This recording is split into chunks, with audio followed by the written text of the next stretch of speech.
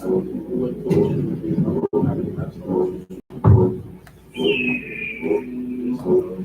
it sound so low?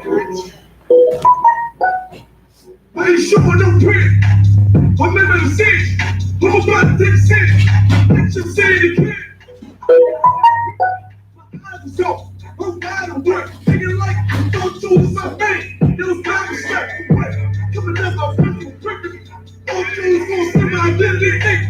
I never surrender to it. I'm bringing that energy in the about to bring that memory. The memory me just hand out. Try to harm me on the color of distributing. It's what I heard, what I rap. Too gon' don't be fat. Ain't gon' too gon' take my clap. Ain't gon' too gon' X me out me. I don't do what the heck I'm back. I'm back. But the time just can't. Can't gon' too gon' do it like that. And the world gon' get back and back. You don't roll. So wrong. You don't roll. So wrong. Don't you go X me out me. And the world gon' get back. You don't roll. So wrong. So wrong.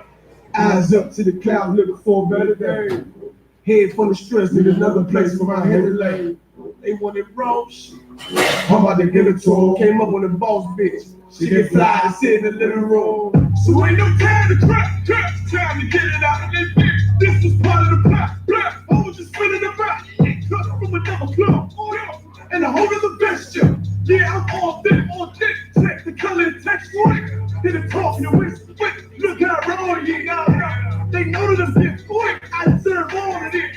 Strive for heaven first. I outlive all my mama. They saying he'll die with you when the trouble comes down. Lord, you wanna hurt, wanna rap. You gon' do me fat. Ain't gon' too gon' take my clap. Ain't gon' too gon' X me out me. I don't do what the heck I'm back. But the time just can't gon' too gon' do me like that. And the world gon' get back. You don't roll. So wrong. You don't roll. So wrong. Don't you go X me up. And the world gon' get back. You don't roll. So wrong. So wrong.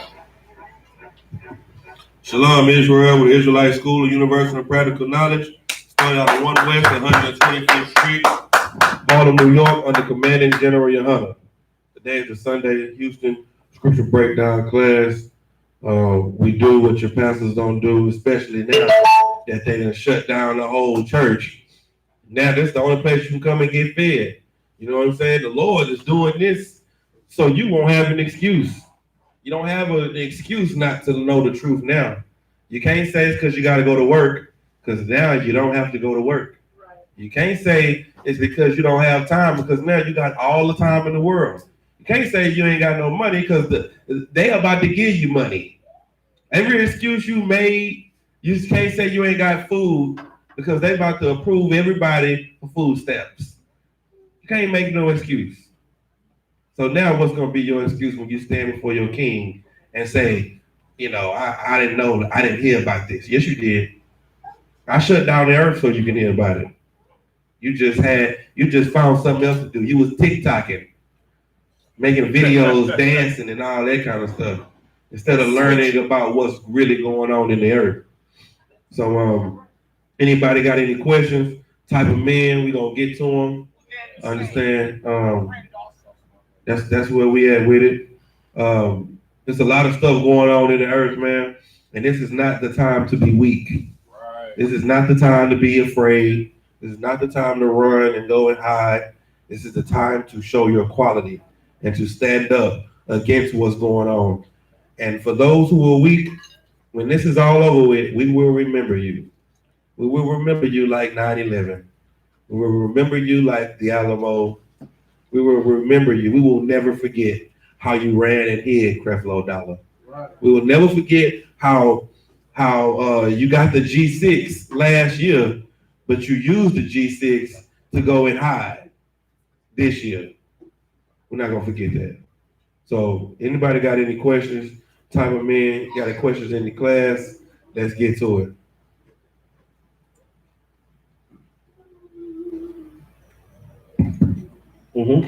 Hey, Salaka, sir, if I could, can I get a breakdown on James 4:1-3? Let's get it. Come. This is the book of James, chapter 4, verse 1.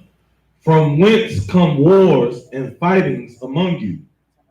Come they not hence even of your lust that war in your members. Mm-hmm. What is this talking about? Fightings among you, the lust in your members. What is this talking about? Could this be like talking about like us fighting against each other? Keep reading. It's gonna give you more. Come, verse 2. Ye lust and have not, ye kill and desire to have, and cannot obtain. Ye fight and war, yet ye have not because ye ask not. Mm-hmm. What is this talking about? Go ahead. For want of all things, there is no end. So This is talking about the desire you have in you. Right. This is you fighting against yourself. This is what the lust is talking about. This war that's going on is inside of you. Right. This is what you're fighting against. You killing to get more, but you still don't have it. You robbing each other, but it's still not helping you. These are the things that you think is going to make life better or make life easier. So you're doing all of these things because you feel like if I hit this lick and I'm gonna be up, you know what I'm saying? If I hit this $10,000 lick, I'm gonna be up 10,000. Then I can put it down on this and get this and flip this and get that. And at the end of it all, you keep wanting more. You keep needing more. It's not stopping. You're killing, but that doesn't end the problem because now you're creating more enemies. So now the person you killed has family and friends that want revenge. So you try to get him out of the way because he was a problem. Now you got a whole multitude of problems. You see what I'm saying? Keep reading. Come, verse 3. Ye ask and receive not, because ye ask amiss, that ye may consume it upon your lust. What does amiss mean? Reading it in context. It's like Give him the mic. inappropriately. Yeah, you asking for something that you really don't need. You're not, so you want a bigger house. It's like the time to be worried about getting a bigger house. It's the time to make sure you got enough food to survive through this, what's going on. You worried about fixing your credit when everything shut down. You praying for stuff that's not important. Keep reading. Come, verse 4. Ye adulterers and adulteresses, know ye not that the friendship of the world is enmity with God? Whosoever therefore will be a friend of the world is the enemy of God. What does that mean? Go ahead. That's talking about like fulfilling your lust of the world is drawing you further and further apart from the Most High. If you are a friend with the world, you're most definitely not a friend with Christ. Because the earth hates Christ. The world hates Christ. Give me that scripture in John that talks about this, about the world hating Christ. Give me a precept on this. It's in John. 17 chapter. Yeah, somebody pull it. Read it for me. This is a perfect precept for that. You can't think that fitting in with everybody else is going to draw you closer to the Lord. Not fitting in with everybody else is what's going to draw you in closer to the Lord, because the world and the lifestyle that they live in the world is what the Lord hates. So if you live in that life, then the Lord hates you because he hates the lifestyle that you live. 17 and what? Give my precept. Let me see if you got it. 15? It might be 15 and 7, 15 and 16. 15. So like if I could. Go ahead. The book of John chapter 15 verse 18. If the world hates you, ye know that it hated me before it hated you. Wait a minute. Start above that. Start at 16. It's the book of John chapter 15 verse 16. Ye have not chosen me, but I have chosen you, right, and ordained you, that ye should go and bring forth fruit, and that your fruit should remain. Right. That whatsoever ye shall ask of the Father in my name, he may give it to you. Keep going. He may give it you. Salafi. Verse 17. These things I command you, that ye love one another. Verse 18. If the world hates you, ye know that it hated me before it hated you. That's the world. The world, everybody wants to be a part of the world, but being in the truth is aligning yourself to go against the world. That's what being here is. You can't be here and be friends with everybody in the world because what we represent is against what they love. Right. So we represent what the Lord says.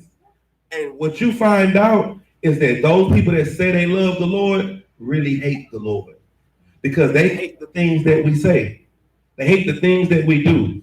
Keep reading. Come on.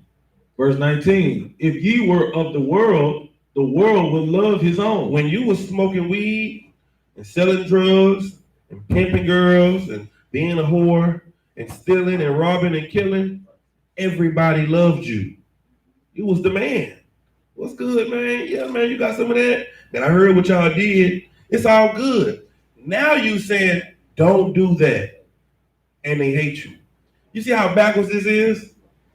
They hate you when you do, they hate you when you're doing good, but they love you when you're doing bad. Because you act like them, so now you can't tell them not to do anything. What they hate is for somebody to come over and tell them, man, it's wrong to do this, and to actually have the authority to do it.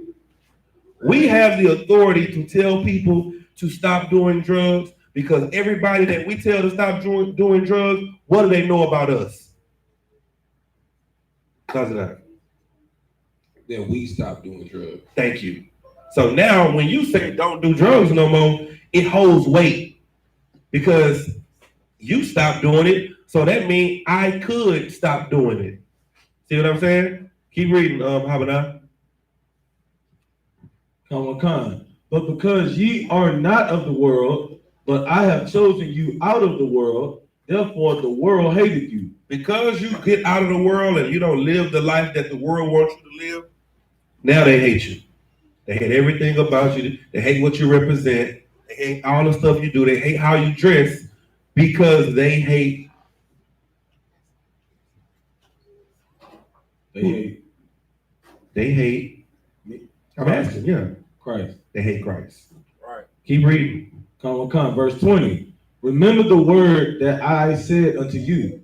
The servant is not greater than his Lord. Mm-hmm. If they have persecuted me, they will also persecute you. Come on now. If they have kept my saying, they will always keep yours too. So like it, they will keep yours also. That's what Christ is telling you. If they would have listened to me, then they wouldn't have a problem with listening to you.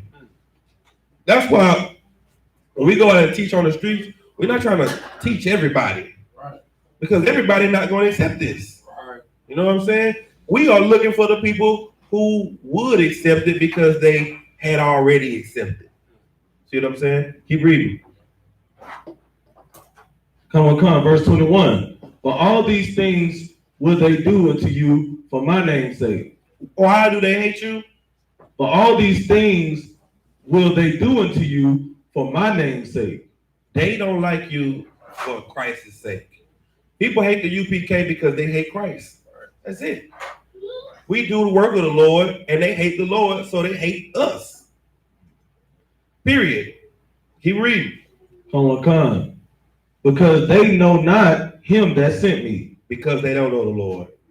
They're the main ones that say, I know the Lord. I got a personal relationship. It's just not my Jesus. Right. You're right, it ain't your Jesus. Because you serving a totally different Jesus. Right. You serving a totally different God. You worshiping something else. You are absolutely correct.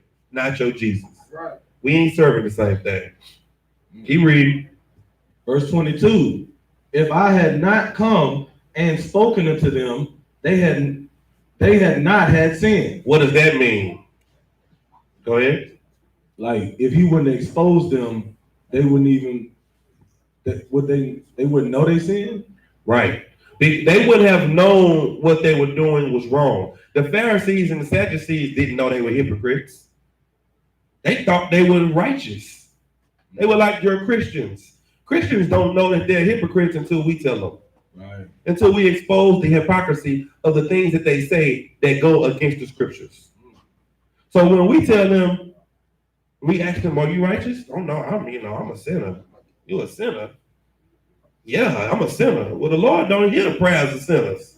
You always talking about praying. You talking about you a sinner, but the Lord, you were wicked to the Lord. "Oh no, can't nobody." And you go through that whole spiel and that whole rundown, and then at the end of that conversation, they see, dang, I'm really wicked. I really don't know the Lord. You see what I'm saying? Keep reading. Come. But now they have no cloak for their sin. Now that we come out on the street and teach them that eating pork is wrong, now they have nothing to hide behind. Because of the stuff that we teach them, because we say celebrating pagan holidays is wrong, all of the stuff that we tell them, now they have nowhere to run or hide. You see what I'm saying? Keep reading. Come, verse 23. He that hated me hated my Father also. If you hate the UPK, you hate Christ. Right. And if you hate Christ, you hate the Most High. Right. It's that simple. Keep reading. Verse 24. If I had not done among them the works which none other man did, they had not had sin. Mm-hmm. But now have they both seen and hated both me and my Father. You see it? You see what he's saying? Right. Somebody break that down in layman's terms. Read it again. Verse 24. If I had not done among them the works which none other man did, they had not had sin. Mm-hmm. But now have they both seen and hated both me and my Father. Go ahead. So, I mean, it's basically like what the UPK does every week at camp, sir. You understand? We go out every week after week and we tell people, don't eat shrimp, crab, and lobster. You know what I'm saying? We don't only just tell them because the Lord says so, but we give them the practical knowledge behind it. Right. You know what I'm saying? So you can't say that you don't know. You know what I'm saying? But beforehand, we thought, eating shrimp, was a delicacy. Eating calamari, was a delicacy. Right. You know what I'm saying? Because we were ignorant. But this, now that we've told them, there's no more, you can't say that you don't know. Now that they see us, go ahead, sis. What you gonna say? Before Christ came, they didn't know they were sinning. Once he came, they knew they were sinning. So they couldn't hide from it anymore. And since they didn't like Christ, they hated Christ, they hated the Father also. Thank you. See, give her a hand. This is what's happening. What's really happening is when they see us come out on the street and say the things that we say, that's the proof that Christ really works. We are the proof. And when they see us, they see how Christ works. You understand? They see the truth of the matter and how this really is supposed to operate. Keep reading. Come, verse 25. But this cometh to pass, that the word might be fulfilled that is written in their law, that hated me without a cause. They hated you with what? Without a cause. Why do they hate you? Because you tell them the truth. For no reason. No reason. They hate you for loving them. That's why they hate you. They hate you because you're showing them something that nobody ever showed them. That's because they are being ran by demons. And the demon is mad that you are trying to set them free. All right? No sweat.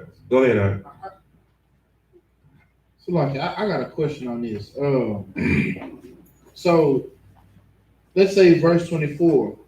If I had not done among them the works which none other man did, they had not had sin. Christ is talking about the Pharisees and Sadducees, right? Correct.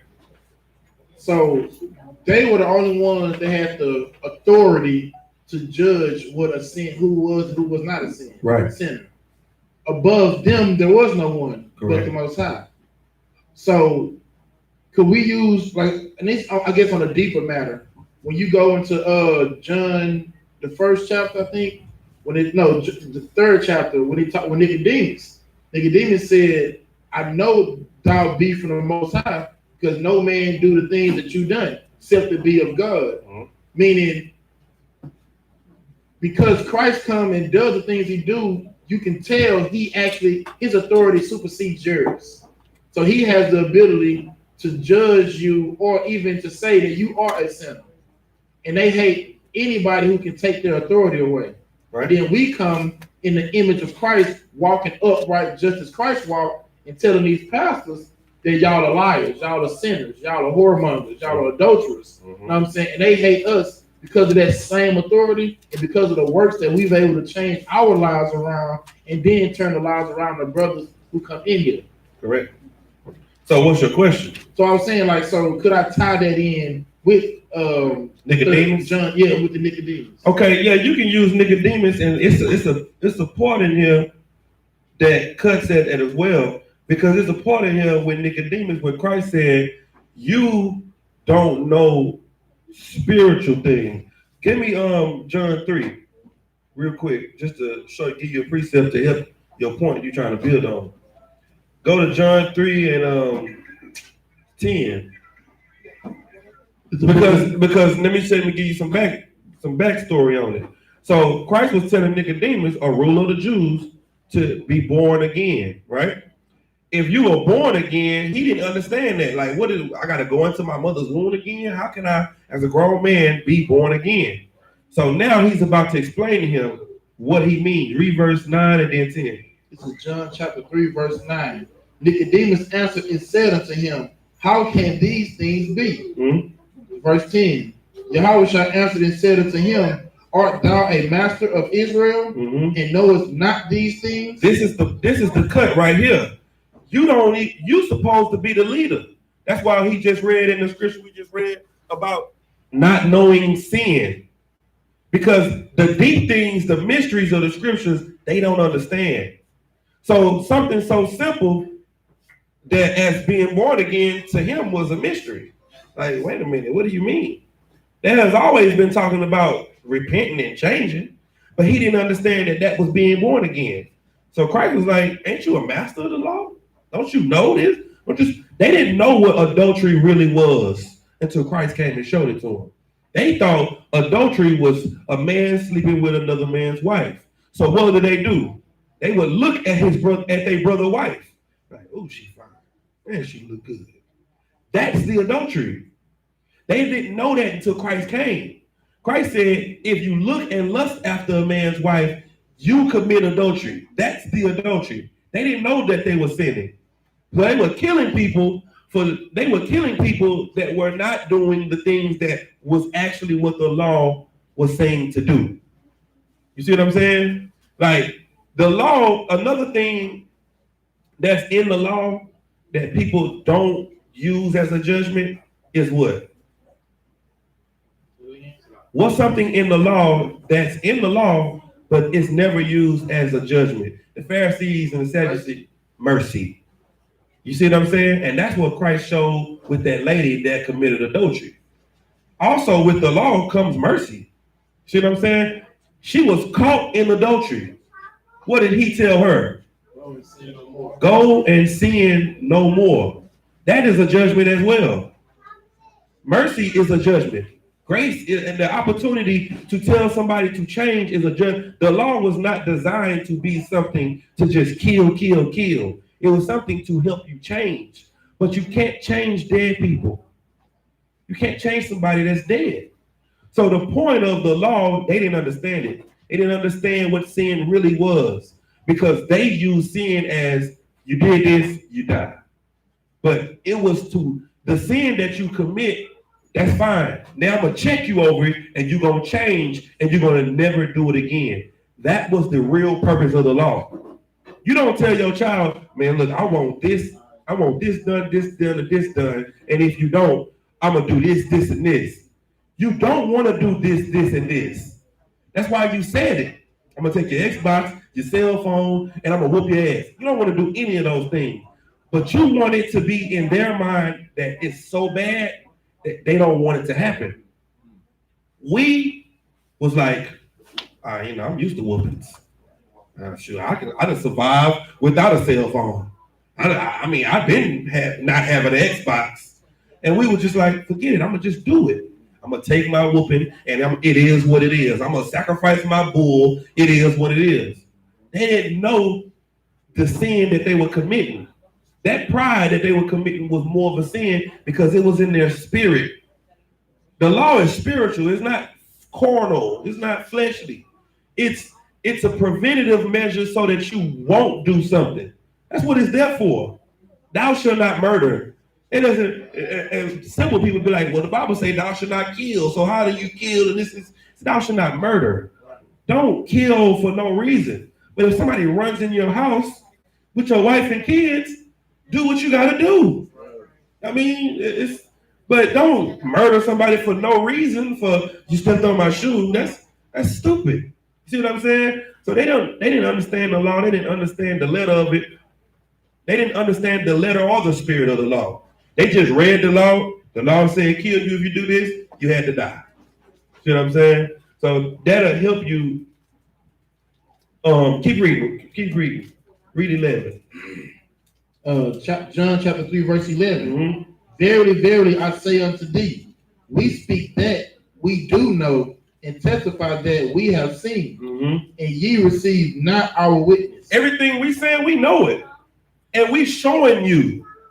We telling you can get off drugs, and we showing you can get off drugs. We showing you that you can be born again. You see it, but you still don't understand it. And you're a ruler? Okay. Nicodemus was cut. Now just imagine, we having these conversations, we as people that think we are nobodies, we telling the preachers this. The preacher looking like, hey, how is he this knowledgeable? You see what I'm saying? That's what this is. That's what this is talking about. Go ahead. Hey, so like if I could, sir, just for teaching purposes, is it safe to say that Christ came and gave us a more better understanding of how the Lord thinks and feels? Like, what I mean by that is, okay, you know how like in the letter of the law, how the Lord say, don't do it, and that's it. It's not like the Lord really gave an explanation on why he feel like that's that. That's absolutely correct. Christ came to show us exactly the spirit of the Lord. Because we understood the Lord through the letter. We understood the Lord through the letter of the law. But the law is spiritual. So this helps us understand the mind and the spirit of the Most High. Right. You understand? Right. That's what Christ came to do, because nobody else understood it. That's why his teaching was so revolutionary. Everybody was just like, man, this guy is saying some stuff. This is different. That's why what we say when we go on the street is so revolutionary, because nobody really understands Christ. They don't understand the Most High. You can't understand the Most High and not understand Christ, because Christ came to do the will of his Father. It says, Salakia, sir, can I use 2 Ezra 2, 38 through 42 for Revelation 7 and 9? Let's get that. Let me get 2 Ezra first. Wait, Salakia, did I finish answering your question? Was you too long? Yeah, I mean, I was just gonna see if a precept to that was the way. I don't know the exact scripture where it say how we don't know how the Most High think. Like we couldn't understand how he think. Right. As far as the heavens is from the earth, as far as is your thoughts are from the Most High thoughts. Right. Yeah, that's. Second Ezra, what was that again? 2 Ezra 2 and 38 through 42. The book of 2 Ezra, chapter 2. Salakia, the book, verse 38. Arise up and stand. Behold, the number of those that be sealed in the feast of the Lord. Verse 39, which are departed from the shadow of the world and have received glorious garments of the Lord. Departed from what? Departed from the shadow of the world. You see that? You see how it's saying that all over. These people that's going to get this reward from the Most High, when Christ come back, they leave the world. They don't stay living like they've been living. They change their whole life. Keep reading. Come, verse 40. Take thy number, O Zion, and shut up those of thine that are clothed in white. What does it mean to shut up those who are clothed in white?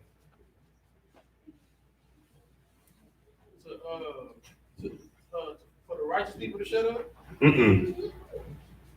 Go ahead. Would it mean to keep them safe? Keep them safe where? On the chariot? On the chariots.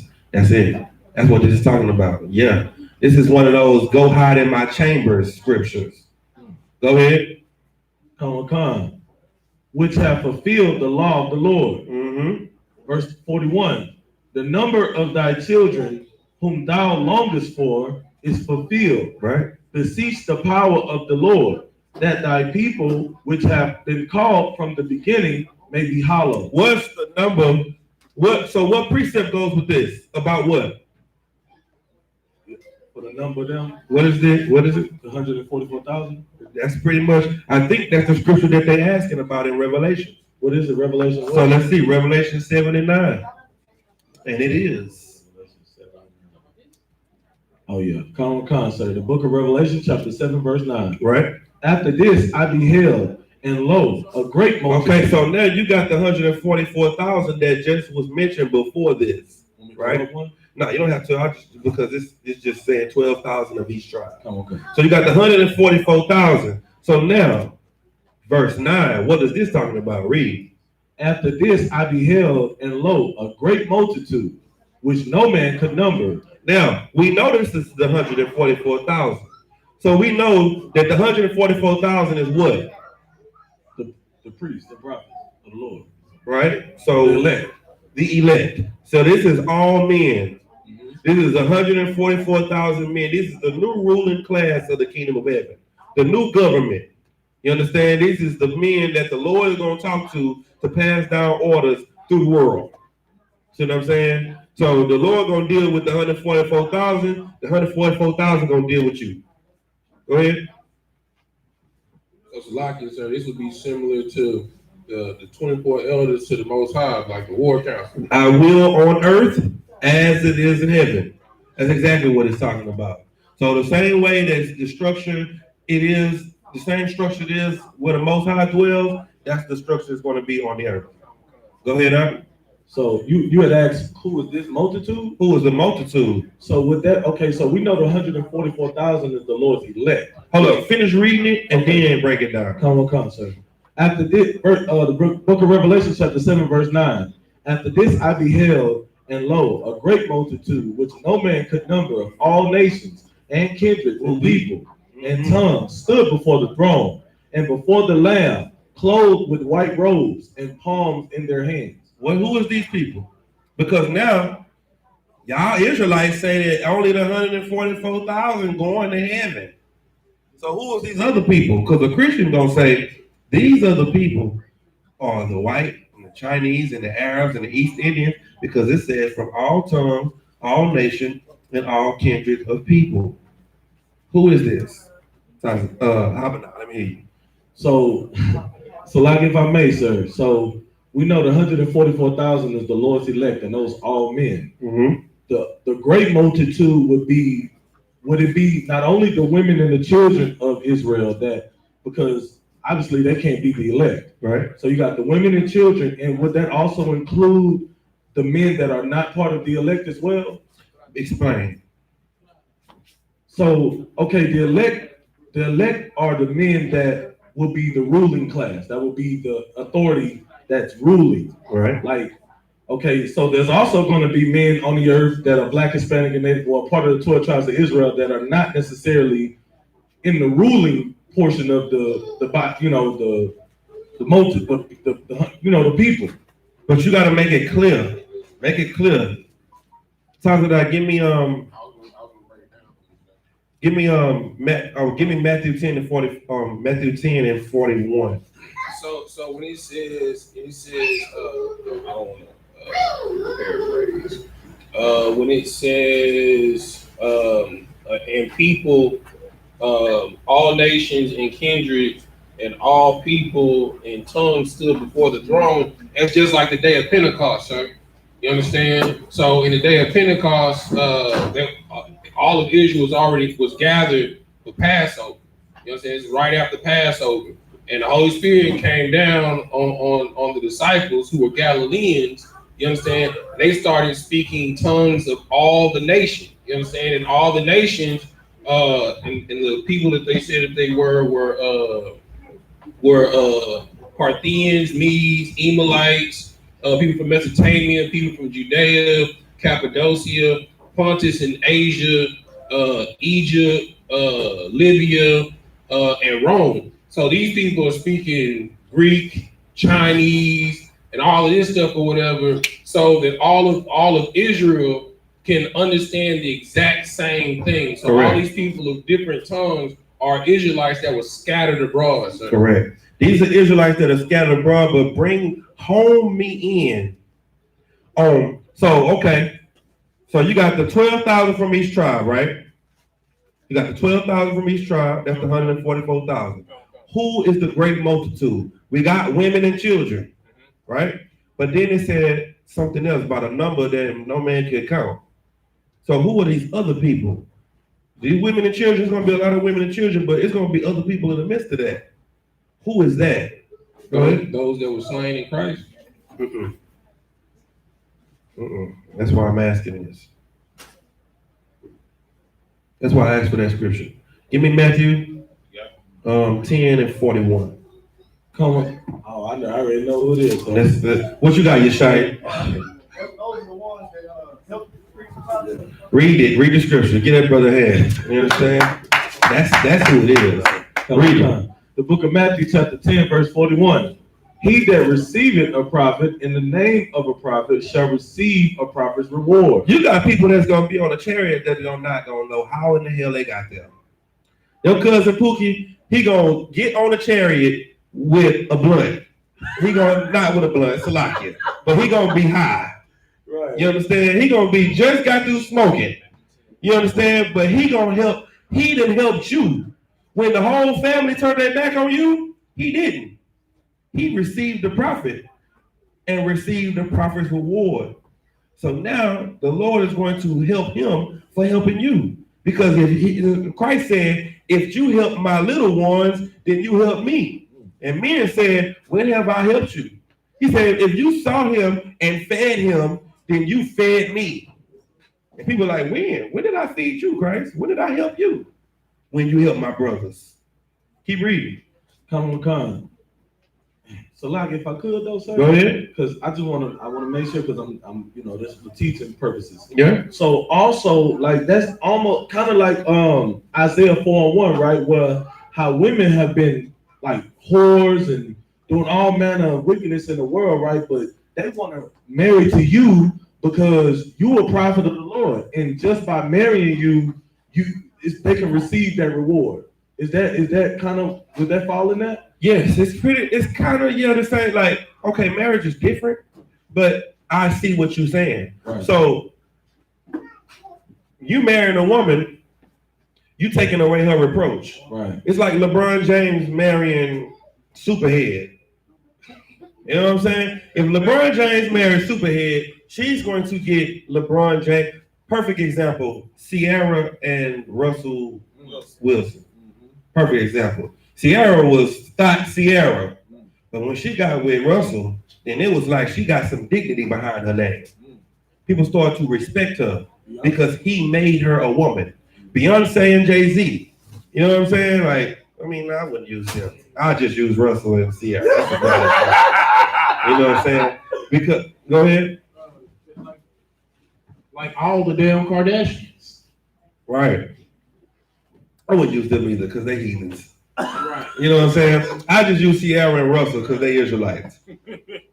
Nobody respects Sierra when she was out here with Future and with whoever she was with before him. But now she's with Bow Wow and all that. She was thotting. That's what she built her reproach. Now she with him, he made her a woman. He made her a woman that's loved and respected. And now you look at her like, look at their beautiful family. Right. That's how people are going to look at your wives when you come into the school and teach them how to change their life. When it comes to the truth, when Christ comes back, he's going to have 144,000, which is going to be the ruling class of Israel. Then there's going to be a multitude that is women and children, and that's going to be those who help the prophets. He that received the prophets in the name of the prophets will receive a prophet's reward. Keep reading. Come on. And he that receiveth a righteous man in the name of a righteous man shall receive a righteous man's reward. What verse we at? Verse 41 still, so Go ahead. Verse 42 now. And whosoever shall give to drink unto one of these little ones a cup of cold water, only in the name of a disciple, Verily, I say unto you, he shall in no wise lose his reward. See that? For helping you, he's going to get rewarded. That's the people that help you that don't even know why they're going to get on the chariot. That's why it's going to be such a mass multitude from every nation and every tongue. But those people are going to be Israelites because we are in every nation, in every tongue, in every creed, and all of that because we are scattered across the four corners of the earth. All right? No sweat. Hopefully that answered the question on YouTube. Let me check that shit no more on YouTube. We to warm on that. All right. Any more questions? Malakwa, you had a question? I think, you want to ask? Go ahead.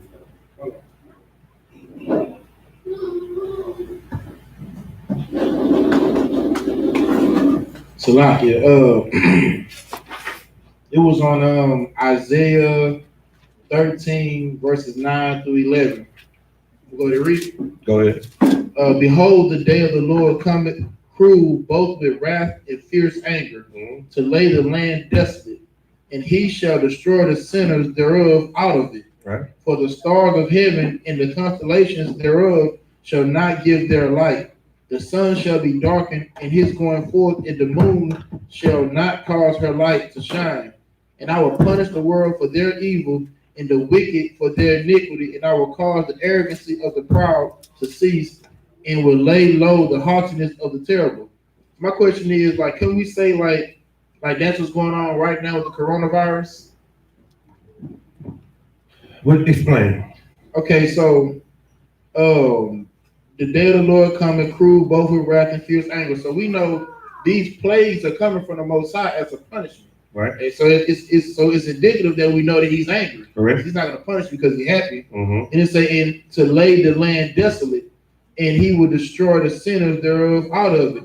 So, to my knowledge, no righteous people have been affected with this coronavirus. It's been targeted, all nations, but the sinners thereof. Correct. And so when they talk about for the stars of heaven and the constellations thereof shall not give their light, it's talking about like all the people that our people look up to for wisdom, for entertainment, for business aspirations, like the NBA right now shut down. Everybody who follows LeBron and all the big stars, they can't learn from them now because the Lord shut all that down. Everybody's scared. Everybody's in hiding. In entertainers, they ain't having any shows. I mean, all the bright and shiny stars of the white man's kingdom have been shut down. Correct. That's exactly what it's talking about. Keep reading. What's the next point?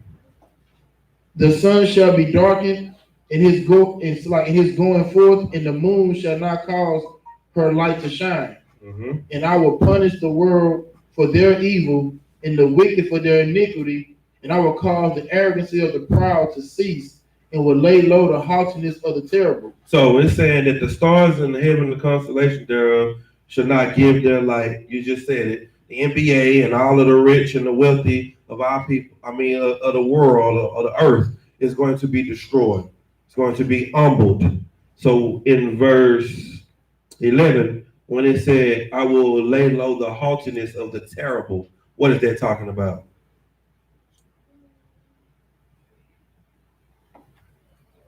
Toss it out. So the haughtiness is hubris. It's a prideful spirit. So the pride of the white man that he has his kingdom and everything that he considers a delicacy or something that he loves has been shut down. That's it. That's exactly. Give him a hand. His pride is going to be laid low. Everything that makes him comfortable and with his lifestyle and how he lives and how he operates right now in this empire is going to be taken away from him. You understand? Just imagine. There's an article that said 500,000 millionaires have lost their money. They losing their money, going bankrupt. 500,000 millionaires. Now, come on now. Now, just imagine the pride that they had earlier is going to leave. Now they're gonna have to live in 2 or 3, 4 bedroom houses like you. And see, just to have you have a 3 or 4 bedroom house for a nigga, we made it. Right. You know, most high in Christ. 3, 4 bedroom house to a white man is hell. Donald Trump said he don't even like living in the White House because it's too small for him. So now just imagine him having to go down to a 5 or 6 bedroom house. He gonna die. He gonna jump off the top of that house and kill himself because he can't just live. He can't, you know, his haughtiness, his pride is so high because he's so used to being rich and famous. He can't imagine living like a nigga. You see what I'm saying? Go ahead. I didn't know if you were done with that. I had another question for my rib. Is that it, Malak White? No sweat the water. All right, go ahead. Okay, so my rib asked me to give, she needed a breakdown on Psalms 91 and 10, but it'll probably be better if we start at verse 1 through 10, sir, if possible. 1 through 10? Come. It'll be better? Well, You sure? to get, It'll be better. If possible. We did all 10 verses, right? If you I could, understand. All right, come on. I'm gonna read verse 10 first, and then I'll let you know what I'm saying. I'm gonna let you do Go your ahead. thing, sir. The book of Psalms, chapter 91, verse 10. Oh, this is Salaki. This is very spiritual. Yes, right. Very spiritual. Wow. Okay, let's go. Come, sir. The book of Psalms, chapter 91, verse 10. There shall no evil befall thee, neither shall any plague come Psalms nigh. 91 and 10. I thought you was gonna start at 1. Well, I was gonna read 10. I was gonna let you do your thing. If you want me to Nah, read let's start. Come, sir. Most High in Christ. Most High in Christ. The book of Psalms, chapter 91, verse 1. Wow. He that dwelleth in the secret place of the Most High. We are dwelling in the secret place of the Most High right now. Damn right, By sir. being in the truth. That's right. He that dwelleth in the secret place of the Most High will what? Shall abide under the shadow of the Almighty. We are living under his protection. Right now, while the plagues are going on in the earth, we are not worried. Right. We standing out in the streets giving water to people with the coronavirus. Right. You understand? We feeding them and clothing them, and we doing everything that we're supposed to do because we are in the secret place of the Most High. Right. Keep reading. Come, verse 2. I will say of the Lord, he is my refuge and my fortress. No, I'm gonna say, Lord, let me get this vaccination so I can feel better. I will say to the Lord, he is my refuge and my fortress. My God, in him will I trust. In the shot, My God, in him will I trust. in the government, My God, in him will I trust. we trust in the Most High because we know that the Most High kill and make alive. The Lord makes the virus and takes the virus. So we don't fear nothing else but the Lord. Right. Keep reading. Surely he shall deliver thee from the snare of the fowler. That's what we know. We don't have to worry about the fowler getting us because he's going to do it when? The first word in that chapter. In that verse. Surely. He's for sure going to take care of us. Go ahead. Come. And from the noisome pestilence. The pestilence is the diseases and the plagues and the atrocities that miss us because we're hiding in his secret place. Go ahead. Come, verse 4. He shall cover thee with his feathers. He gonna cover you with what? He shall cover thee with his feathers. Somebody give me a cover. Ain't a cover in here? This feathers right here. Right. He gonna cover us. You ain't gotta go get them from the car. Don't worry about it. He's covering us in his feathers, in his wings. He's holding us in his arms and keeping us safe. The same way an eagle does their baby birds, their baby eaglets. They cover them in their wings. You know what I'm saying? Go ahead, keep reading. And under his wings shalt thou trust. That's what we trust in. We trust in the Most High. We don't trust in nobody or nothing else. We don't trust in the government. We don't vote. We don't do none of that because we trust in the Lord with all our heart. Go ahead. His truth shall be thy shield and buckler. The Lord's truth, this truth that we have in the UPK, this is what we fight with. This is what we know protects us. This is what we put our all into. You understand? Because we know that the Lord is going to provide protection because he said he would through his word. Keep reading. Come, verse 5. Thou shalt not be afraid for the terror by night, nor for the arrow that flieth by day. We're not afraid of the wars that they're talking about going on in the Middle East, nor are we afraid of the coronavirus. We're not afraid of none of those things. The terror by day or night. We're not afraid of the white man or the police. We're not afraid of drugs. We're not afraid of gangbangers. We're not afraid of anything that you'll try to come and destroy us. Go ahead. Nor for the pestilence that walketh in darkness, nor for the destruction that wasteth at noonday. We're not afraid of any of it. That's what he said. He said, we don't fear nothing. Go ahead. 1,000 shall fall at thy side. Come on now you watch the news. You see it. The coronavirus is in Houston. Ain't it? Yes, sir. Ain't it in Houston? Yes, sir. And how many people have died? Read it again. 1,000 shall fall at thy side. Listen, let me tell you something. Let me give you a little Underground Railroad information. We're not even reporting all of the deaths that's happening in Houston. They're saying, look, we're going to just report if you die from the coronavirus, just say they died from shortness of breath. They died from another problem that they had. Let's put this under cancer. Let's put this under diabetes. Let's put this under asthma. Let's put this under something else. But it's the coronavirus. We're not even reporting that anymore. 1,000 is dying at our right side. Go ahead. And 10,000 at thy right hand. You look over there in Italy, 10,000 is dying over there. China, 10,000s are dying over there. You go to other countries, they are dying by the thousands. But we don't worry about none of that. Go ahead. But it shall not come nigh thee. But the Bible said, and the Lord said, what? It shall not come nigh thee. In Revelations, it said, hurt not the oil or the wine. This is the oil right there on the table, and this is the wine right here in the cup. So like, keep reading. Come. We the oil and the wine. This is the priesthood. We don't have to worry about fake priests you got to go to them in the confessionals with your car. Fake priests shut down the church. Did y'all see the confessionals that the fake priests giving? The Catholic priests sitting outside with the mask on, with, them sleeping masks. So you can't see the sun when you sleep. They sitting outside with the sleeping mask on, and the car pull up, and you give a confessional. You say, yeah, man, I slept with my neighbor's wife. Well, the Lord is going to forgive you. Have a nice day. Drive on up. That's what they doing. Yeah.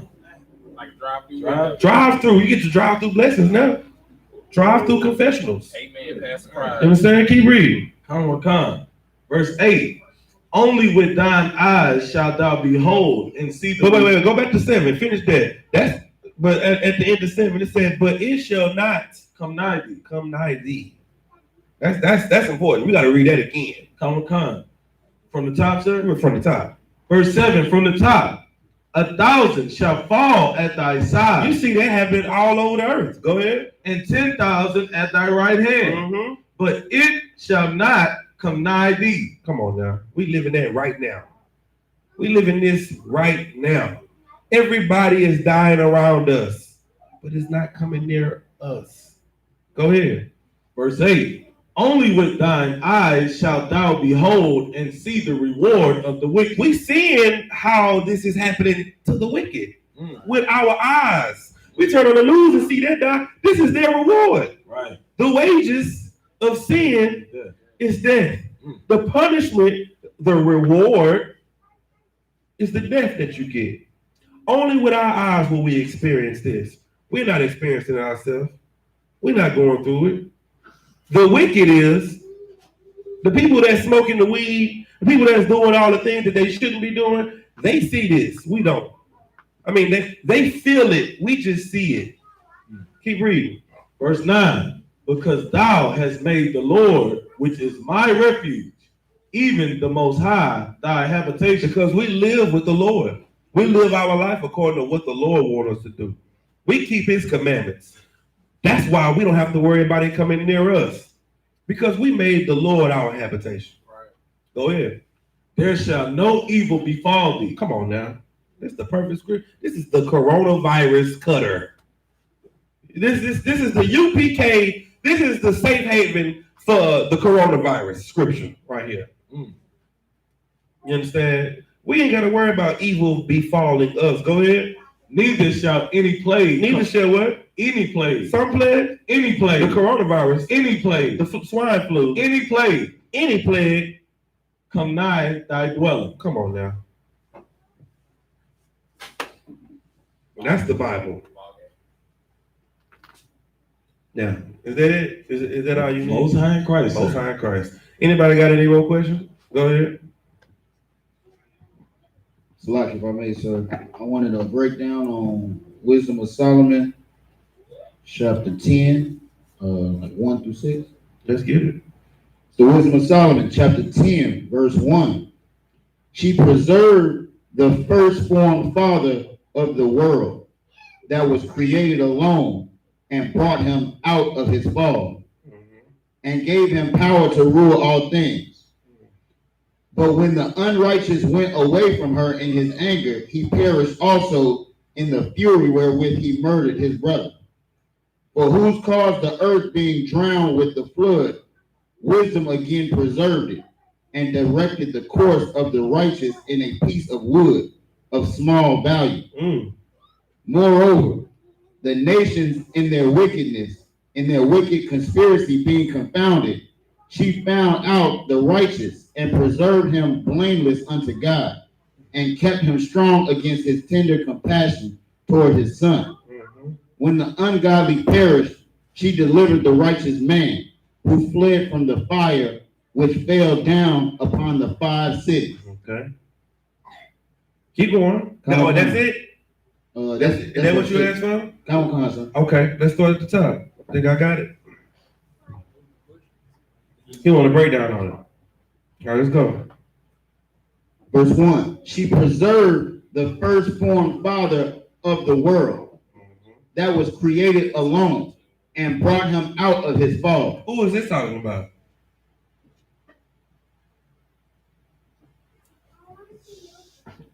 The firstborn father in the world, wouldn't that be Adam? This is Adam. Give him a hand. This is talking about Adam right here. Okay, go ahead. And preserve and brought him out of his fall. That's how you know this is Adam. Go ahead, keep going. And gave him power to rule all things. That's Adam. Go ahead. But when the unrighteous went away from her in his anger, he perished also in the fury wherewith he murdered his brother. Come on. Who was the unrighteous that went out, that killed his brother? Sis? Cain. Okay? So now we walking down through history. Go ahead. Come. For whose cause the earth being drowned with the flood, wisdom again preserved it. Whose cause did the earth be drowned with flood? The war? So like if I may, us sleeping with the women from other nations. But who did this happen to? Which people, which point of history is this? During the time of who? Noah. This is, now we've gone from Adam to Cain and Abel. Now we're going to Noah. Go ahead. Wisdom again preserved it and directed the course of the righteous in a piece of wood. Wisdom preserved it. What is wisdom? Yeshaya. Keeping the commandments. That's what kept him safe during the time. And preserved it and directed him in the course of what? A piece. Directed the course of the righteous in a piece of wood of small value. How many righteous people were there in this small wood? 6. 8 righteous people. You understand? Keep going. Moreover, the nations in their wicked conspiracy being confounded, she found out the righteous and preserved him blameless unto God. Go ahead. And kept him strong against his tender compassion toward his son. Keep reading. When the ungodly perished, she delivered the righteous man, who fled from the fire which fell down upon the 5 cities. Okay, so now you got Noah, then the unrighteous. Okay, now go back up to 5 again. And the nations and the wicked. Moreover, the nations in their wicked conspiracy being confounded, she found out the righteous. Stop. Who is this? Who is this talking about? Yeah. Read that again. Moreover, the nations in their wicked conspiracy being confounded, she found out the righteous and preserved him blameless unto God. Who's this? Go ahead. You talking about Jacob? Not yet. Go ahead. Yeshaya. This is talking about the fall of Sodom and Gomorrah. Not yet. Not yet. Go ahead, Havana. Isaac. Read it again. Moreover, the nations in their wicked conspiracy being confounded, she found out the righteous. Go ahead. And preserved him blameless unto God. This is Ham, Shem, and Japheth. This is the nations. You understand? And then out of those, we found out who the righteous was. Now we finna go into what y'all were just saying. Go ahead. And preserved him blameless unto God. And kept him strong. Preserved him. What does that mean? Go ahead. Saved them. Saved their wisdom and that knowledge that they had from the ark, from Adam, and Seth took that knowledge with him and preserved it and passed it down to his children, which is the next person in line. Who is next? After you got Seth, you got the Chaldeans and all that. Who's next? Who held on from the things from the past? Go ahead. So it went from Adam to Seth, from Seth to Methuselah, from Methuselah to Noah. In the precept, who is the one that held on? We already passed Ham, Shem, and Japheth. So from those three, who held on? Shem. After Shem, it was what? Malak what? Eber. This is the one that, read that part before that. She was found righteous, that part. She found out the righteous. Right there, start right there, verse 5. Verse 5. Moreover, the nations in their wicked conspiracy being confounded, she found out the righteous. Right. And preserved him blameless unto God. Go ahead. And kept him strong against his tender compassion toward his son. Who was that? Go ahead. Abraham? Yes. Keep going. When the ungodly perished, she delivered the righteous man, who fled from the fire which fell down upon the 5 cities. That's Sodom and Gomorrah. That's that. All right? No sweat. Anybody got any questions?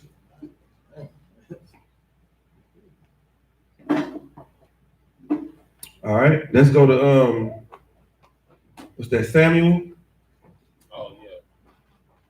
1 Samuel? Yeah, let's go to 1 Samuel 15. Let me show y'all something, man. During these times that we're living in right now, it's imperative that you do not be weak. Because being weak at a short time right now can make you lose it all. You understand? We're going to talk about Saul real quick and show you how the Lord anointed him. But since Saul was such a Christian, he lost everything. Being a Christian will make you lose everything. Let me just tell you. Being a Christian. 1 Samuel chapter 15, verse 1. It's the book of 1 Samuel chapter 15, verse 1. Samuel also said unto Saul, the Lord sent me to anoint thee to be king over his people, over Israel. Now, therefore, hearken thou unto the voice of the words of the Lord. Now, let me tell you something, man. This shows you how fast the rise and the fall of someone can happen. I'm talking about in the same chapter. I don't know if this ever happened before because I ain't never, researched this in the Bible. But in this chapter, the Lord raised him up to be king. And in this chapter, the Lord took the kingdom from him. You see how the Lord don't play? The Lord hasn't changed. He's the same God yesterday, today, and forever. He just has a little more compassion for your stupidity because of Christ being such a real nigga and dying for you and giving his life for you when you should have never had an opportunity to even change. You should have died for your sins, but he gave you an opportunity to change. Keep reading. Thus saith the Lord of hosts, I remember that which Amalek did to Israel. First order of business, the white man. Right. Amalek, the Amalekites.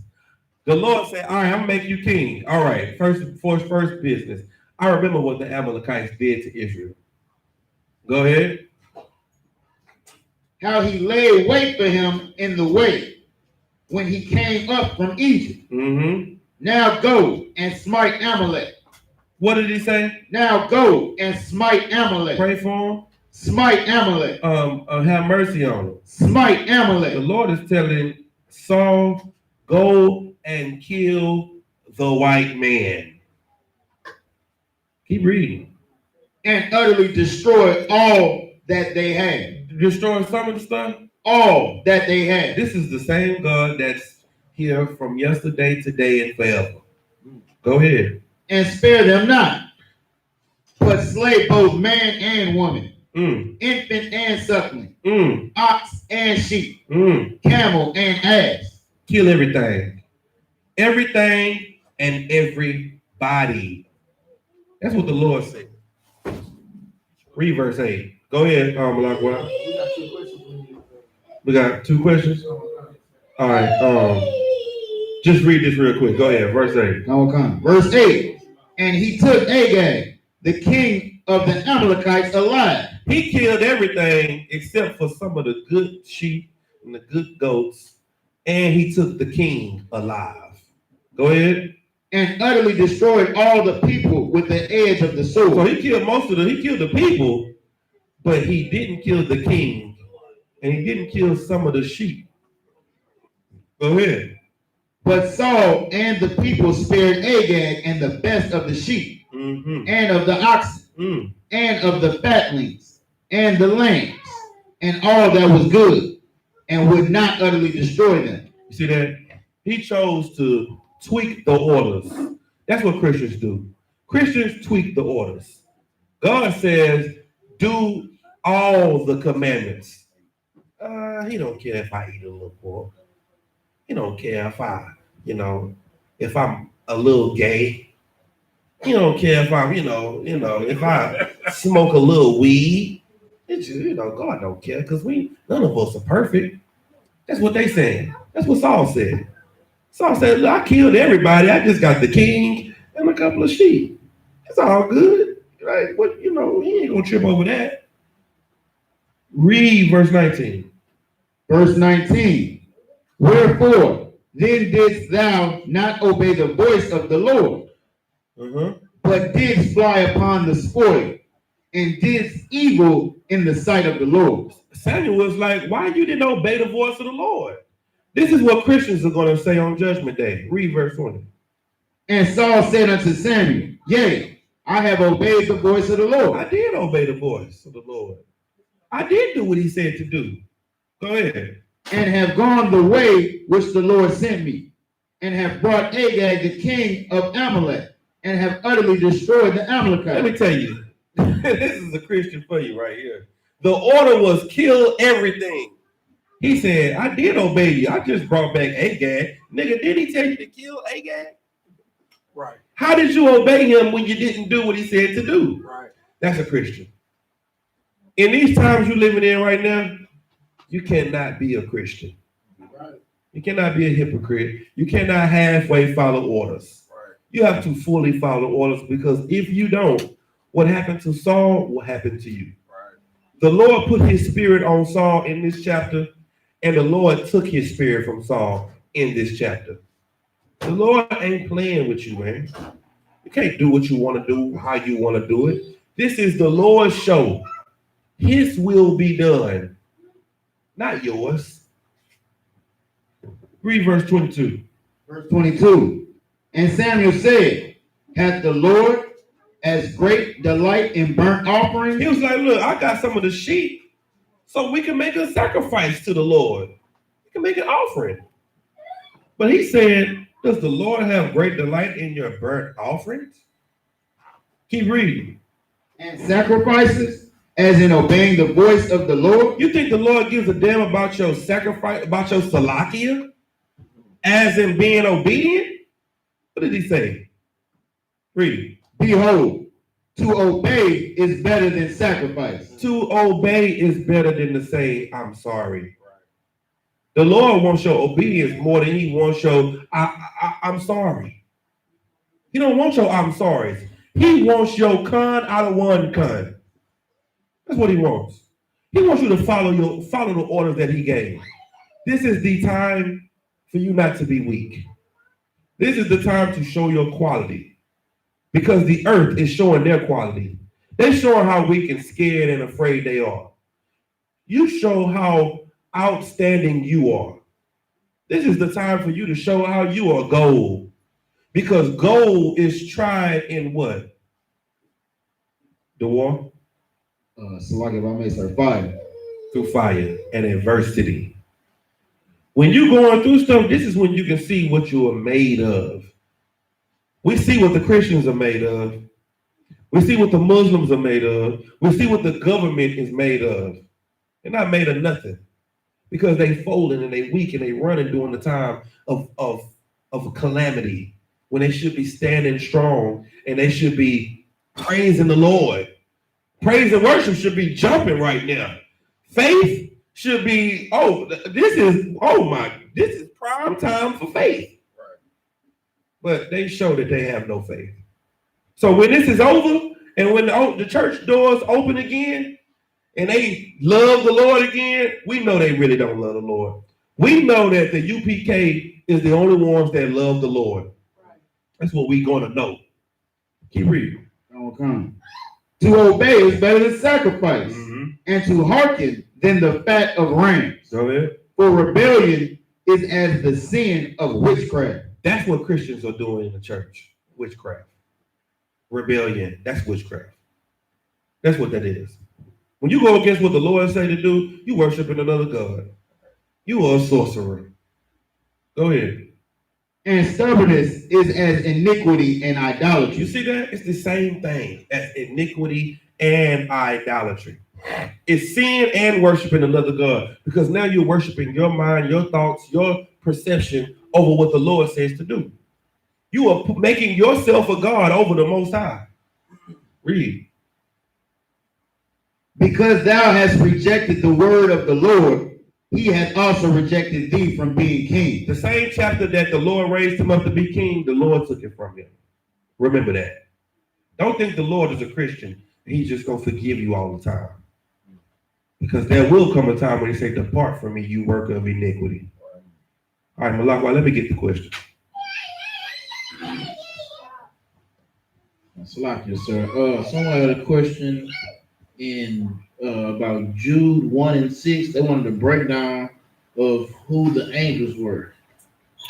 Okay, no sweat. So this is the book of Jude. There's only one chapter, verse 6. And the angels which kept not their first estate, right, but left their own habitation, he had reserved in everlasting chains under darkness unto the judgment of the great day. All right, who are the angels? Who were the angels that kept not their first estate? That's the question I got.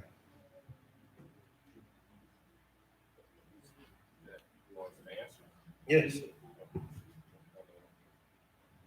The angels that kept not their first estate. So like, if I could, go ahead. I believe you answered this last week, if I'm not mistaken. I think it had something. I believe it was us where we had we had to flee from Jerusalem. The angels that kept not their first estate is, go ahead. Malak, what? I would, because it could be two, but I'm thinking more so like Adam and his family. I could say Israel, but I know Adam and his family kept not their first estate too. Sounds it up. Sir. It's when we lost rulership the first time. That's it. The angels that kept not their first estate is Israel. When we left our land after we got our land of the promised land. When we left out of Egypt, we went back to our land. We got our land back. And then we were kicked out of it again because of our wickedness. And it was given to the Assyrians. And then the other nations came into our land and started living in our land. And now, since then, we have been held in chains of darkness. What is the chains of darkness? Curses. The curses. Well, Give me Psalms 103 and 20. Let me show you who the angels are. It's the book of Psalms, chapter 103, verse 20. Mm-hmm. Bless the Lord, ye his angels, Mm. that excel in strength, Mm-hmm. that do his commandment, And do his what? that do his commandment, Go ahead. hearkening unto the voice of his word. Who did the Lord give the commandments to? Go ahead. So like if I may say Israel. The children of Israel. We the angels. Now, we the same angels that left our first estate and read that scripture in Jude again? it's like it, sir. And the angels which kept not their first estate, but left their own habitation. Mm-hmm. He had reserved an everlasting chain under darkness unto the judgment of the great day. What is the change under darkness? Go ahead, sis. Give it a mic. Slavery. Not knowing who you are. In darkness. You African American, you Puerto Rican, you Dominican, you Cuban, you Haitian, you Jamaican. You not Judah, Benjamin, Gad, Naphtali, Reuben, Asher. You understand? You're not those people anymore. Now you're in darkness, not knowing who you are, not knowing where you're from. Thinking you from Africa when you're from Jerusalem. You're in utter darkness. Go ahead. Can you read? Is that it on that? That was it. Kind of. Okay, The no question sweat. was who are the angels? All right, no sweat. That's who the angels are. The Israelites were the angels. And there's another question, sir. So No sweat. Numbers 13 and 33. Who were the giants that were referred to in the Bible? And I guess in Numbers 13 and 33. So like, Let's read that. this is the book of Numbers, chapter 13, verse 33. And there we saw the giants, the sons of Anak. Stop. Right. Let's get a Zondervan Bible dictionary. I love these type of questions because this kills conspiracy theories. Conspiracy theorists. They always, gotta walk. Come on up here. What's going on? They always act like, they got the deepest knowledge and understanding in the world. Right. You got something you want to pull on this side? Okay, awesome. Go ahead, give me what it said. It said the son of who? Anak. I want Anak in the Zondervan Bible Dictionary. And I want what else it say? Keep reading. Which come of the giants, and we were in our own sight as grasshoppers, and so we were in their sight. So who do people say that the give me the what's that? The Nephilim? Nephilim. Yeah, give me that too.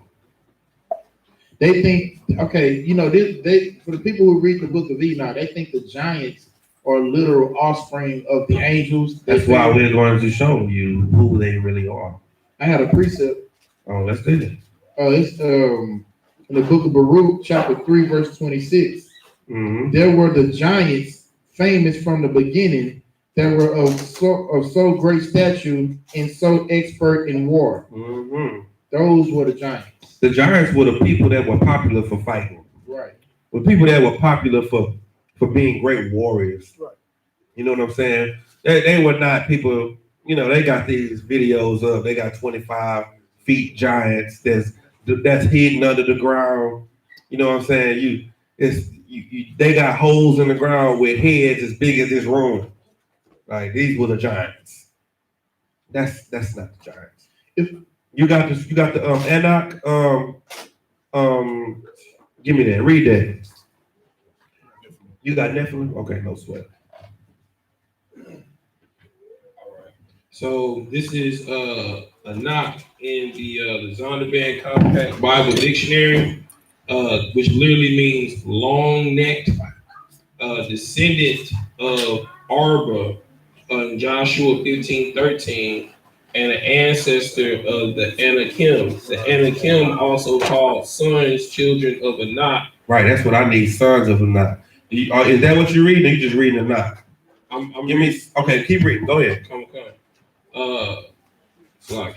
The spies compared them to the giants in Genesis 6:4, the Nephilim. Mm-hmm. Also, they were reckoned among the Rephaim. 3 chiefs of the Anakim were in Hebron from the time of the spies till Caleb took it. The remnant of them that remained in Gaza, Gath, and Ashdod. So these people was in Gaza. And these people were the sons of the what you said, the Rephaim, the Nephilim? No, they are called the giants of Genesis 6:4, and it puts in parentheses the Nephilim. The Nephilim. Give me the definition for Nephilim. Nephilim, out of the Zondervan Bible Dictionary, a term rendered giants in the KJV, describing certain of the Antediluvians and Aboriginal dwellers in Canaan, where they are identified with the sons of Anak. Through no direct trace of a people of such abnormal stature has been discovered, there is ample evidence as to the underlying tradition, not angelic fallen beings. Not what? Angelic fallen beings. We know for a fact these are not angels that fell. That's what people try to say. The white man knows that there are no trace of these people, and this is not real. It's not angelic fallen beings. The Anunnaki and the Enoch and all that, those are Philistines. Those are big, tall Africans. Long neck Africans. That's who these people are. That's who they are. And one of these definitions is going to tell you that. Where you at? You got some more? That's it on that. What you got? Give me giants. Give me giants. Yeah, man, none of that stuff is real. The scripture says that there's different types of bodies. They got terrestrial and celestial. You cannot mix your body. You can't sleep with a tiger and make a niger. You know what I'm saying? You can't do that. Go ahead. Giants. The first mention of giants in the Bible is Genesis 6:4 as Nephilim. Nephilim were found in Canaan. And where? Canaan. Africa. Go ahead. When the spies went through the land, giant translates to giver, which text renders a warrior. A who? A warrior. These were people that were great fighters. You know, King David had some giants too. He had some goons that used to be with him. If you read in the account of what it's in Samuel or Salaki, I'm not sure exactly where it's at, but it's an account where King David got his mighty men with him. That's literally the next definition. It says a warrior or a mighty man. That's what it is. That's what a giant was, a mighty man. And David's mighty men were giants. They sit around and say, yeah, I killed 30,000. My left arm I had a Charlie horse in the left arm while I was fighting, and I killed 30,000 with just my right arm. Samson was a giant. Samson killed 10,000 with the jawbone of an ass. He's a giant. Today you would call giants popular, famous. Go ahead. And it says the best known giant of all, Goliath of Gath, champion of the Philistines. Oh, the which people? Of the Philistines. This is who you talking about right here. Them long neck, doodle eating Africans. That's the giants that you're talking about right here. So the Anunnaki, the sons of Enoch, the Anunnaki, the Rephaim, the Nephilim, them was just Africans and tall people. Just imagine Mexicans lining up in front of Kim De Matumbo. You know, Mexicans and black people, not all of us are tall. We got some tall, but majority of us, you know, we close to the earth. You know what I'm saying? So we look at them and we like, oh, these are giants. And they were killers. We were just farmers, common people. All right? Go ahead. Just in case for the people. All right. See me one more time. Go ahead. For the people that was listening, that scripture that you was trying to give was 2 Samuel chapter 23 and starting at 8. Wait, what's that? Read that for me. The book of 2 Samuel chapter 23 verse 8.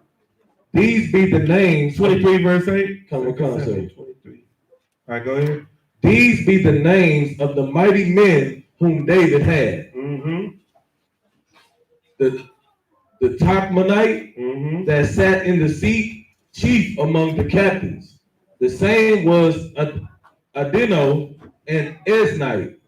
He lifted up his spear against 800, whom he slew at one time. See that? These the mighty men right here. These the giants that was in earth at this time. They was murderers, man. They was killers, man. They was the goons. You understand? That's all that is. Go ahead, Malak. What? I mean, I was just saying, you want to keep stomping. Oh, let's stomp. A few. One I want to go to back to Baruch, where what was it, Baruch 3:26. But I want to start at 24. It says, "O Israel, how great is the house of God, and how large is the place of his possession, great and had none end, high and unmeasurable." Verse 26. There were the giants famous from the beginning, that were of so great statues and so expert in war. 27. Those did not the Lord choose, neither gave he the way of knowledge to them. How do we know that this is now? Oh my goodness, good night. Get that brother a hand for the cuts. He said, those did not the Lord choose. These, why were they not chosen? Precept Deuteronomy 7:6. I wish you, I hope you read it for me, please. That'll help out a lot. It's the book of Deuteronomy, chapter 7, verse 6. For thou art an holy people unto the Lord thy God. The Lord thy God hath chosen thee to be a special people unto himself. Who is special to the Lord? Israel. They were not chosen. The giants were not chosen because they were what? Heathens. They were Hamites.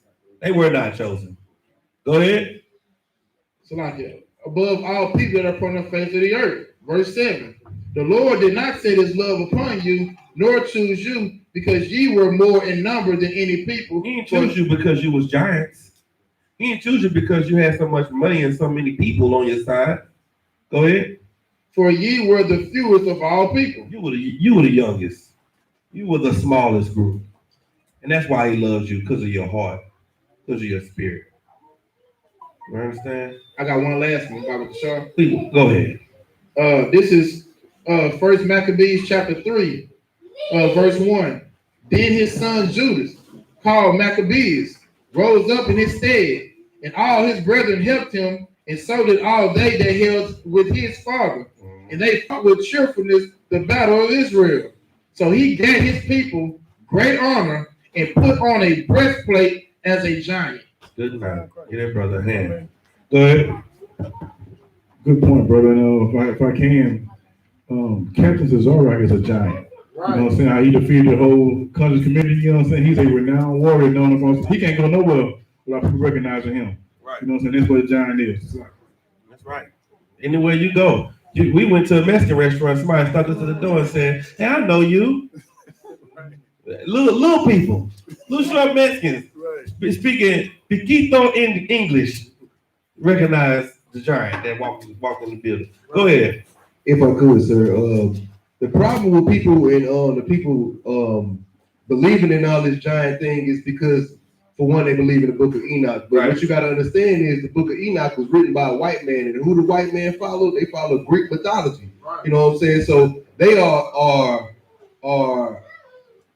they love the fact that gods come down and have sex with people. Right. You know what I'm saying? The sexual deviance.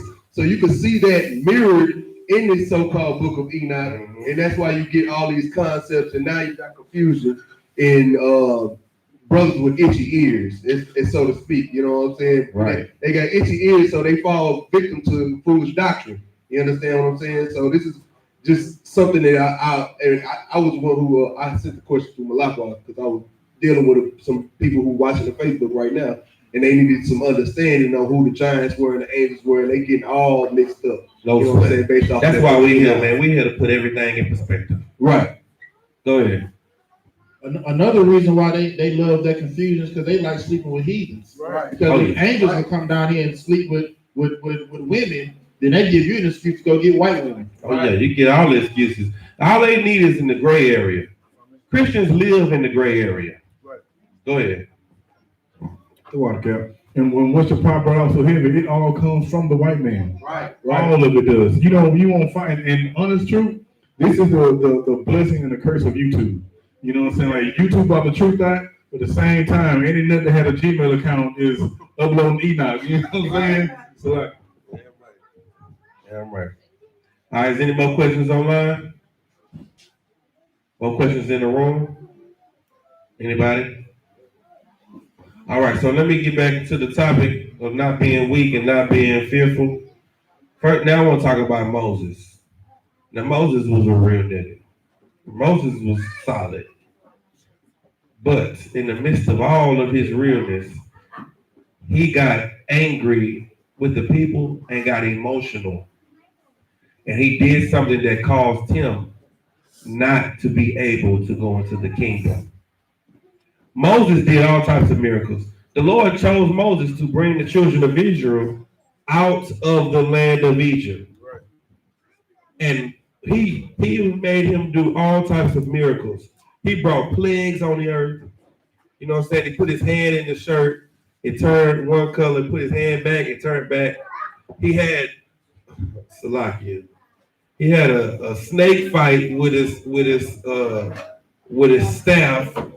You know what I'm saying? He threw the staff on the floor and fought snakes and swallowed up the other snakes. You understand? Salakia, you know. Staff fight. Sword fight. Right. You understand? And also, he brought the children of Israel through the Red Sea. Right. Then he spoke to the Lord to make him bring manna down from heaven. He also was doing a lot of excellent things, but don't let fake Israelites or Christians aggravate you to the point to you sin. Right. And this is for brothers in the truth. It's brothers in the truth that's been working hard, but you can't get so frustrated with these other people that you get emotional and you fall short of what the Lord wants you to do. Give me Numbers chapter 20. Wait, what you holding for me? Habana. You was holding something over here. Give me Numbers chapter 20. I want to start at verse 8.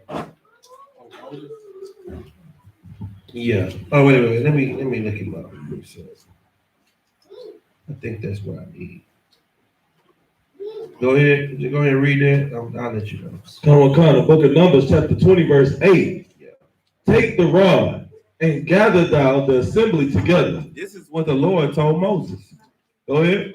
Thou and Aaron thy brother, and speak ye unto the rock before their eyes. Do what to the rock? Speak ye unto the rock before their eyes. Listen, this is what the Lord wanted. The Lord wanted Moses to just speak to the rock. That's it. Go ahead. And it shall give forth his water. That's it. It's that simple. All you gotta do is talk to the rock. It's gonna bring water out. Go ahead. Come. And thou shalt bring forth to them water out of the rock. Go ahead. So thou shalt give the congregation and their beasts drink. Go ahead. And Moses took the rod from before the Lord as he commanded him. And Moses and Aaron gathered the congregation together before the rock.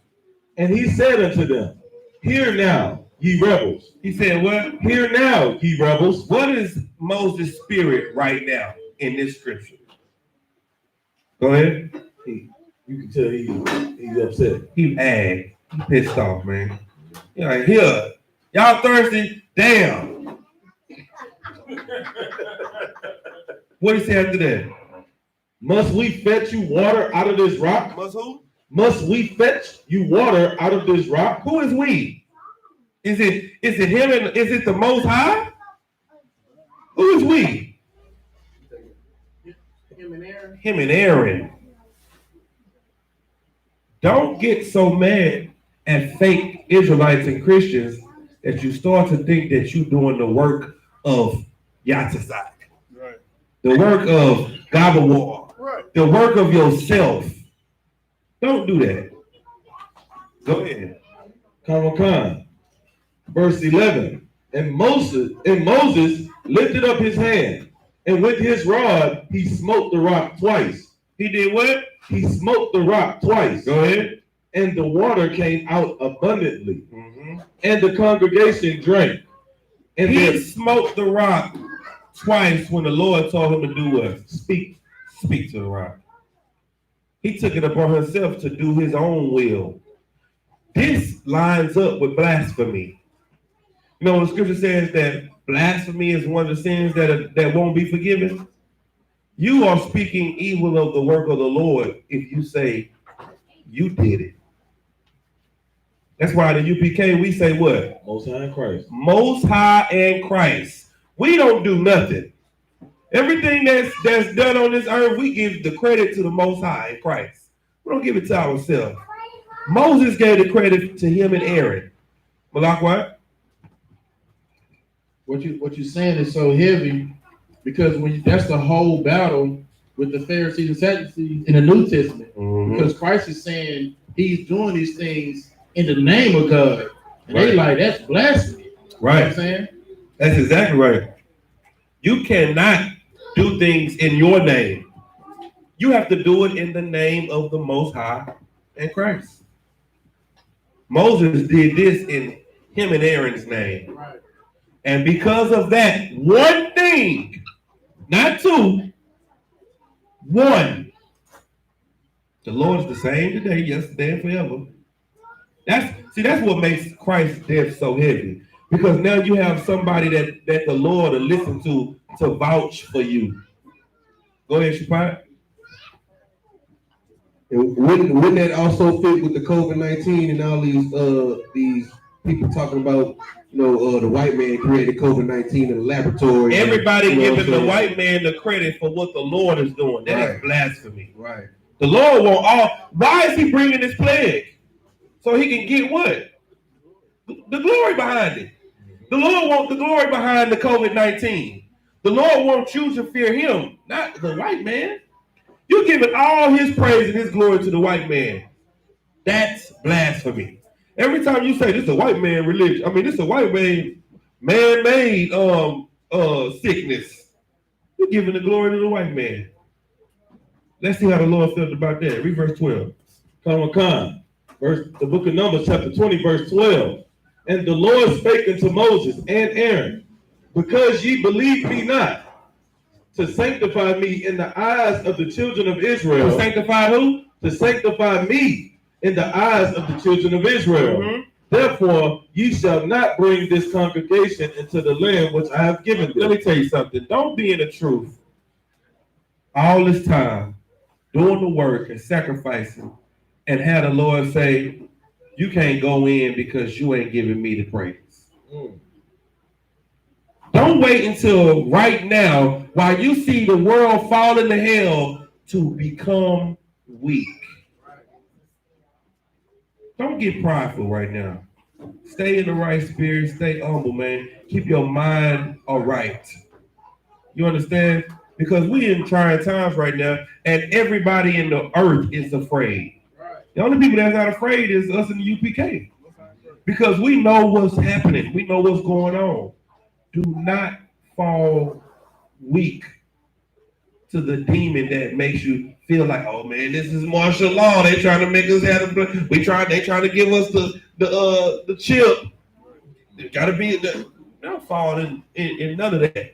Because Christ said the time will be shortened.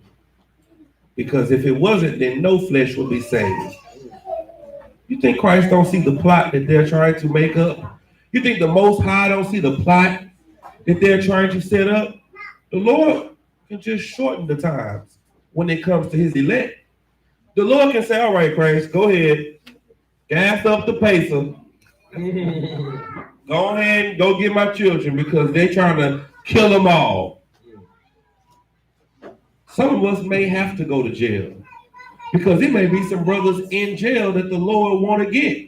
And they will never hear the truth until you go in jail and teach it to them. Some of us may have to go to a sinner or two. So we can raise up brothers in the sinners. Like Peter and Paul. Don't be afraid. Whatever the Lord do, let him do it. It's not the time for you to be a coward. Because there is no cowards and no excuses. You understand? That's all I got to say. Anybody got any more questions? They got any questions on Facebook? With that, I'm gonna pass the class over to Trooper the YAHANNA. Give him a hand.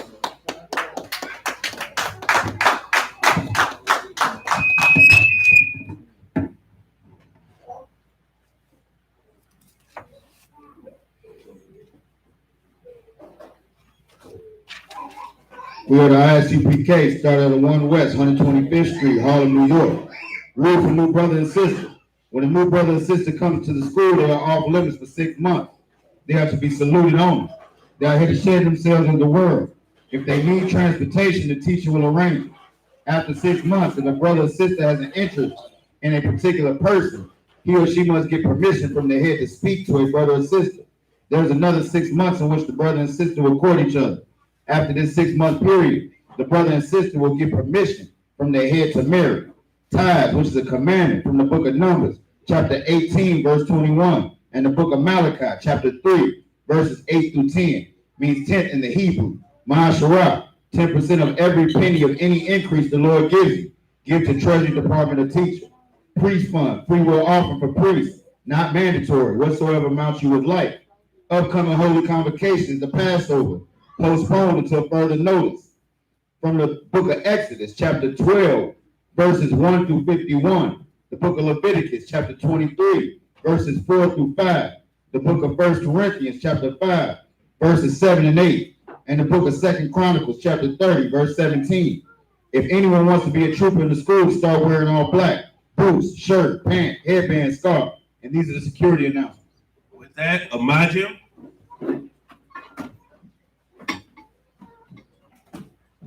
So we're going to turn and face the east. Say the Lord's Prayer in the Hebrew. Abanoah. Abanoah. Shabbat Shemayim. Shabbat Shemayim. Wadah. Wadah. Hayah. Shamka. Yahweh. Malakuka. Saba'ah. Ratazayaka. Hayah. Ashah. Baratazah. Kawah. Hayah. Bashamayim. Latananawa. Lakam. Ko. Wayog. Wasalakno. Rabawafno. Wasalakno. Rabawafno. Wala'ah. Cover your eye now. Manasai one. Above.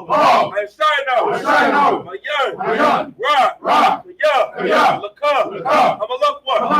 Wahallah. Wahagdapara. I will love you. Aman. In the English, our Father, Our Father, which art in heaven, name. How to be thy name. How to be thy name. Yahweh. Yahweh. Thy kingdom come. Thy kingdom come. Thy will be done. Thy will be done. In earth. As in heaven. As in heaven. Give us this day. Give us this day our daily bread. our daily bread. And forgive us. And forgive us our debts. our debts. And we forgive our debtors. We forgive our debtors. And lead us not And lead us not into temptation. into temptation. But deliver us from evil. Deliver us from evil. From thine is the kingdom. Thine is the kingdom. And the power. And the power. And the glory. And the glory. Forever. Forever. So be it. So be it. Sir, turn first to the front. Courtesy salute to the brothers, men of Israel. Amadiyam Shabbat. Imagine. Barak. Yahweh Hashem Yahushua. Yazmatah. Saw. Men of Israel. Courtesy salute to the sisters. Amadiyam Shabbat. Imagine. Barak. Yahweh Hashem Yahushua. Yazmatah is missed.